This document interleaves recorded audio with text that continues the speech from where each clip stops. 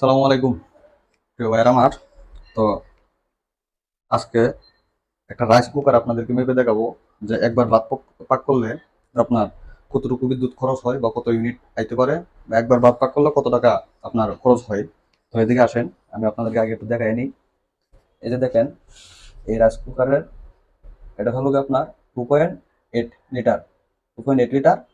এই যে পাওয়ার হলো গিয়ে আপনার 1000 ওয়াট, 220 বা 224 ভোল্ট।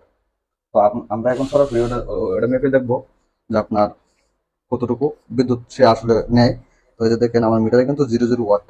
তো দেখি আহ, এখন এই রাইস কুকারটা আমার কতটুকু বিদ্যুৎ নেয়।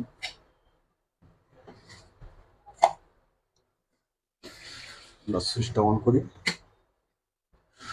তো এই যে দেখেন, আমার মিটারে শো করতেছে 937, 37, 937, 37।